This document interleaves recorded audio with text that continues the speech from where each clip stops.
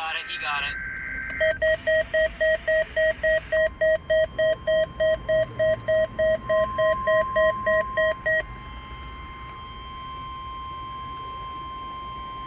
This is a test of NOAA radio's warning alarm device and is being run in conjunction with a routine weekly test of the emergency alert system.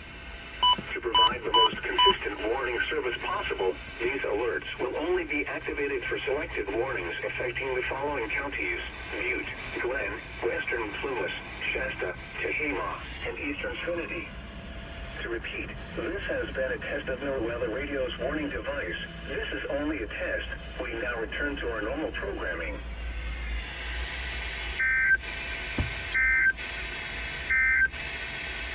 The forecast for the central Sacramento Valley, including Chico and Orville and US, is around 87. Southeast 110 to... Well, this concludes to this week's test. This is NorCal Dude 599 along with... Mostly cloudy with a slight chance of rain after midnight. Lows 56 to 62. Southwest. And Clay Ranger 143 and Diego and EAS New Mex. But anyways, thanks for watching.